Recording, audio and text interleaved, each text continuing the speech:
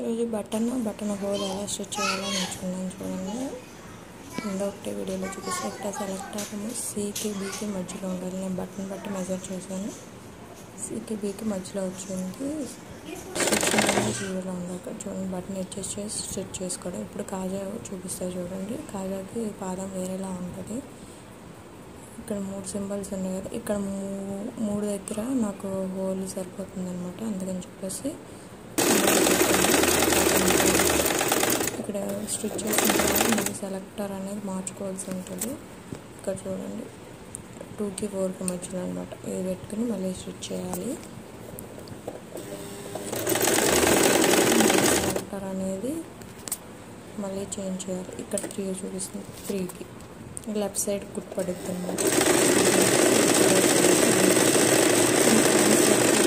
3 points వచ్చాక ఆపి మళ్ళీ 4లో పెట్టాలి.